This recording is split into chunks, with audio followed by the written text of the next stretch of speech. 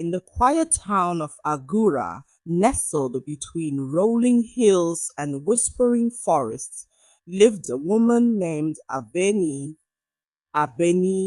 which tree whose peculiar habits set her apart from everyone else. She named her newborn daughter anew each dawn, a practice that baffled and unsettled the townsfolk. On Monday, the child was Ayami. Her name sung softly as Abeni cradled her under the morning sun. By Tuesday, she was Hola, her laughter filling their modest home. Wednesday brought more Remy, a name that danced on Abeni's lips as she rocked her daughter to sleep. Thursday arrived, and the child became Awa, her tiny hands grasping at the world with curiosity. No one in Agura could fathom why Abeni did this. Her husband, Kola, a man of practical mind and weary heart, grew increasingly frustrated, his face etched with embarrassment as neighbors whispered, "Is she mad?" They murmured in the market, their voices sharp with judgment, putting her child's name like seasons. Some speculated the child was cursed, others that Abini herself was touched by lunacy. Kola, unable to bear the gossip, confronted her one evening, his voice trembling with anger. "Abeni, this must stop. Our daughter cannot live with a new name each day. What will she be when she grows? Who will she be?" Abini, her eyes calm yet distant, folded a baby blanket with deliberate care and replied, "Time will tell, Kola. She will know who she is when the moment is right." Her words, cryptic and unyielding, only deepened his frustration. Kola stormed out, seeking solace in the town's dusty paths, where his mother's voice crackled through his phone. Coaching, sharp with disdain, "I warned you, Kola. That woman is not right. Leave her before she drags our family name into the mud." The weight of his mother's words, coupled with the town's relentless mockery, broke Kola's resolve. That night, he packed his bags and left, abandoning Kabeni and their nameless daughter to face Agura's scorn alone. Talking but resolute, Abeni held her daughter close, tears streaming down her face as she whispered promises of love into the night. The townsfolk grew colder, their whispers turning to outright shunning. When Abini tried to enroll her daughter in school at 4, the headmistress scoffed. "A child with no legal name? We cannot register someone who is Ayami today and Desua tomorrow." "This is no game, madam."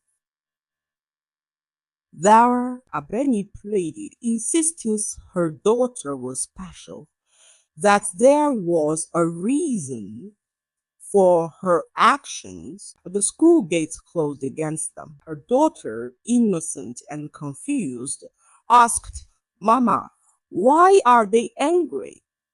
Did I do something wrong?" Abeni forced a smile, her heart aching. "No, my love, they just don't understand." Undeterred, she taught her daughter at home, pouring her soul into lessons of letters, numbers, and stories of distant lands. The girl flourished, her mind sharp and her speech eloquent, surpassing her peers despite their isolation. By 6, she read fluently and helped Abeni balance the books at their small market stall, where passers-by still pointed and whispered, calling her the name-changing witch. The cruelty stung, especially when Abini saw her daughter gazing longingly at other children playing, her solitude a heavy burden. Determined to ease her pain,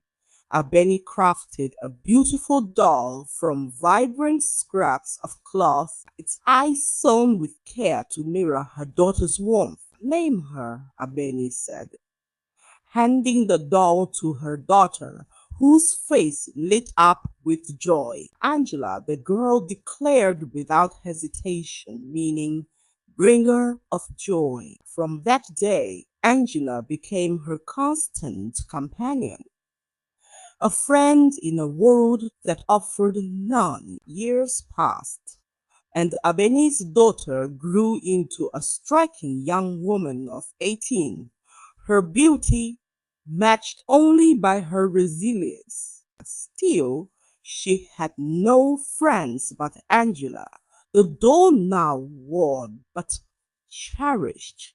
One fateful day, while fetching water from the stream, she heard a scream pierce the forest. Dropping her pot, she ran toward the sounds and found a pregnant woman writhing in pain, bitten by a venomous snake. Acting swiftly, the girl tied a cloth around the woman's neck to slow the poison. But the woman, gasping, gave birth before her eyes and then fell still, her life slipping away. Stunned, the girl held the newborn, its cries echoing in the silent woods. She found a bag beside the woman's body and carried it and the baby home to Abeni, who listened in horror as her daughter recounted the scene. She didn't tell me her name, Mama. She just left her baby. Abeni took the child, her heart heavy with the sorrow and duty. Abeni, we must find her family, she said, searching the bag for clues. Searching the bag for clues. Inside, beneath a tattered scarf, was a photograph of a man, his face unfamiliar. No name, no address, only questions. The villagers, predictably, offered no help, their distrust of Abini and her daughter absolute. So they kept the baby, naming her Arika, a name that felt like a whisper of destiny. When the girl spoke it, her eyes alight with an unexplainable joy. The house, once quiet, now hummed with Arika's cries and giggles, a warmth Abinai hadn't felt in years. The villagers' suspicions grew dark. She's a witch, one neighbor hissed, claiming to have heard strange chants from Abini's home. The whispers turned into a meeting, the meeting into a mob. By dusk, a crowd gathered outside Abini's compound, armed with sticks, Bibles, biography, these, and bottles of anointing oil, their faces twisted with fear and anger. Abeni stepped out, Arika in her arms, her daughter by her side. What have I done? She asked, her voice steady. You mocked me when my husband left, shunned my daughter, and now call me a witch for saving a child? The mob demanded to see where the baby's mother died, so Abeni and her daughter led them to the forest. The woman's body was gone, leaving only a blood-stained scarf and the scattered leaves. Lies! A villager shouted. She buried her for rituals. The accusations escalated, and the mob chased them from Agura, their footsteps pounding like thunder. Abeni ran, clutching Arika, her daughter weeping beside her, until they collapsed on a dusty road, exhausted and homeless. Desperate, Abeni remembered Kola's mother in the neighboring village of Aketu. Though the woman despised her, Abeni hoped for mercy. They arrived at midnight, bedraggled and starving, and knocked on the rusted gate. Mama Cola opened the door, her eyes blazing. "You witch! You dare bring your madness and the bastard child here?" Abeni fell to her knees, begging for one night's shelter. Wonderful, but Mama Cola spat and threatened to summon the town boys. "You and your chameleon-named daughter can die, for all I care," she sneered, slamming the door. Abeni stood, her spirit battered but unbroken, and led her daughter and Arika into the night. They walked until they found an abandoned hut by the forest's edge, its dusty interior a haven of safety. Abeni laid Arika down, her daughter curling protectively around the baby, and whispered a prayer before sleep claimed them. At dawn, panic seized Abeni. Her daughter was gone. She called out Adutu, the previous day's name, then stopped, realizing she hadn't named her daughter today, breaking her lifelong ritual. With Arika strapped to her back, Abeni searched the unfamiliar village, asking strangers if they'd seen her daughter, but without a name to give, her pleas were met with confusion. Tears fell as she returned to the hut, where an old woman sat outside, her eyes kind but piercing. Apologizing for trespassing, Abeni poured out her story, the accusations, the exile, her missing daughter. The old woman nodded, offering the hut as shelter and pointing to a pot of milk for Arika,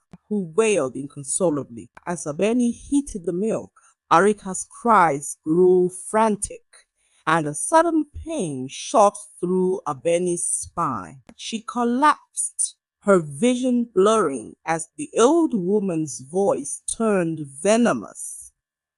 "You shouldn't have come here, Abeni. You brought her to me, the cursed princess I've sought for months."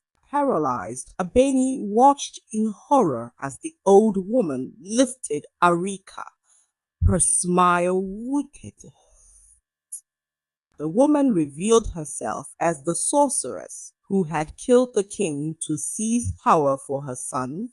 Son, so Hasni Howard school, only to learn of the queen's pregnancy. She'd hunted the queen, but her prayers shielded the child until her death in the forest. The sorceress's dark mirror couldn't trace Arika because Abeni's daughter, with her ever-changing names, confused the spirits. Today, Abeni's failure to name her daughter had broken the protective veil. As the sorceress raised a dagger over Arika, vowing she'd never claim her throne, the hut's door burst open. Abeni's daughter stood there, fierce and breathless, beside a man whose face matched the photograph. The queen's brother, Dorton, thought dead but safe from a shallow grave. He'd been searching for his sister's child, piecing together Abeni's story and following them to the hut. The sorceress screamed, but Dorton wrestled the dagger from her, plunging it into her abdomen. As she fell, the hut fell silent, Arika's cries ceasing. And some, Abeni, free from the spell, rushed to her daughter, naming her Lua, meaning hope of God, a name that felt like a culmination of their trials. Dorton, holding Arika, declared they must return to the palace. There, he revealed